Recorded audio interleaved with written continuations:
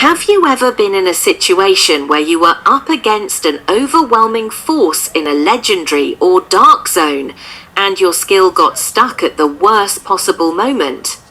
Or have you looked at your cooldown and wondered, why is this taking forever? The truth is, not all skills are created equal in the Division 1. Some will make you an immortal god of Manhattan, and others are just a waste of space in your backpack.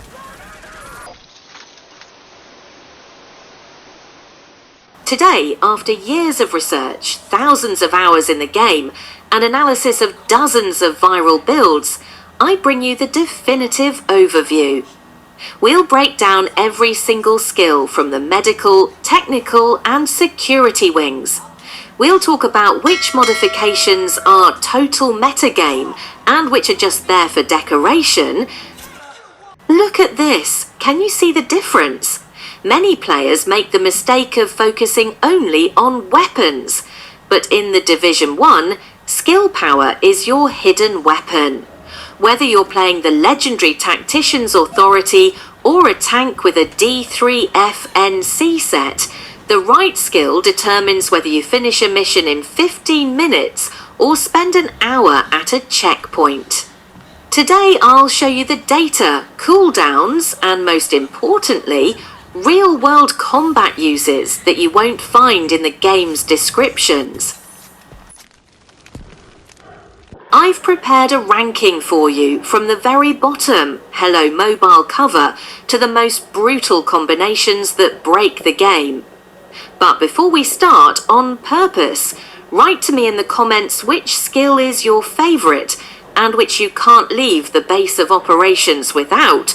I bet not everyone has Pulse. Let's go for it! Let's start at the bottom. Mobile cover. Honestly, if you're using this skill in 2026 for anything other than glitching through closed doors in the Madison Field Hospital mission, you're doing something wrong. Massive tried to create a portable cover for situations where you're in the open, but in reality, it has too low HP, and in endgame missions, enemy shells will wipe it out in a second.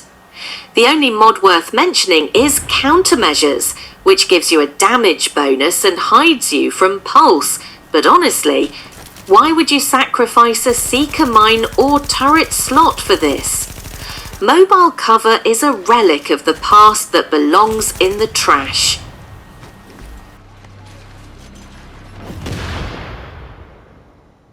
Right above it is smart cover. If you played the Division back in patch 1.3, you know that this was the alpha and omega of survival. Today, after a series of nerfs, it's a shadow of its former glory.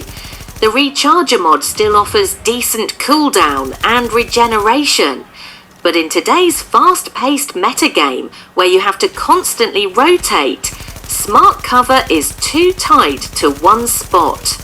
It's fine for static teams in incursions, but it's too risky for the average agent. This is where it starts to break down. Sticky Bomb. If you're looking for pure destruction, the BFB mod can wipe out an entire wave of enemies in a second if you have the Tactician's Authority build. But the king of this category is Flashbang. It's probably the best crowd control tool in the game. It can stop those pesky shotgunners sprinting at you. The problem? The cooldowns on lower level electronics are painful, and in PvP the damage is so inconsistent that you can't rely on it as your main source of elimination. Let's go back to the numbers for a moment, because this is where 90% of players make a mistake. Do you think that the more electronics, the better? Only up to a point. At 450,000 skill power, you hit the so-called soft cap. This means that every additional point invested in electronics will only add a minimal bonus to damage or cooldown reduction. To be effective, Tune your character to reach this limit using talents like Informed or Talented on weapons, and invest the rest in stamina so that you don't fall after one hit. In A tier, we start with the legendary Seeker Mine. If you play Tactician's Authority, this is your main tool of destruction. Mod Cluster is the absolute king for PvE. It not only wipes out enemy health, but also applies a bleed effect, which activates the shrapnel talent. Why aren't they in S tier? Because in PvP they've been nerfed for a long time, and a smart player can shoot them down before they get to him. But for solo farming legendary missions, there's nothing better.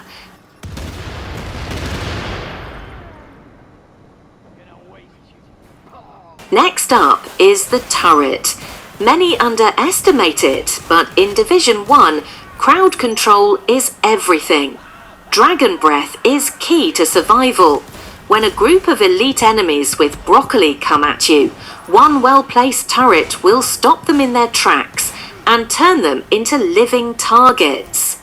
For pure damage, there's the Pulse turret, which has incredible range and is a great addition to your DPS. The reason the turret is in A tier is because it essentially creates a second teammate for you who never misses a target. And let's not forget Ballistic Shield. With the advent of the classified D3FNC set, this skill has become a monster. You have millions of health on your shield and still deal massive damage with your machine gun. In the team, you are the one who holds the line and attracts fire, aggro. The reason why it is not in S tier, without a specific gear set, the shield is quite fragile and limits your mobility. But with the right build, it is almost a cheat mode. We're getting to the top. If you want to survive anything more difficult than a normal walk down the street in Division 1, these 3 skills are a must. Support Station, Life Support. This isn't just healing, it's your insurance. In patch 1.8.2, Support Station is the key to infinite ammo, status immunity and auto revival. If you have a 6-piece reclaimer set, your station is practically indestructible and heals so fast that NPCs can't deal damage. First Aid, Booster Shot. This is king for PvP players and DPS builds. Booster Shot not only gives you life, but also a 15% bonus to damage and durability. It's the difference between you putting an enemy down on one stack or them putting you down. Pulse, Tactical Scanner. Information is power. Pulse will not only show you enemies through walls, but it will drastically increase your chance of critical hits and damage. At least one player in your party should have maxed electronics just for Pulse. Agent, you need to hear this. Faye tells me If you're playing solo and want to get through everything from Dark Zone to legendary missions, here's my God tier setup. Gear set, Classified Striker, 6 pieces. Why? Because you heal and increase your damage for every hit. Skills, Support Station for immunity and revival, and Pulse for maxing out DPS.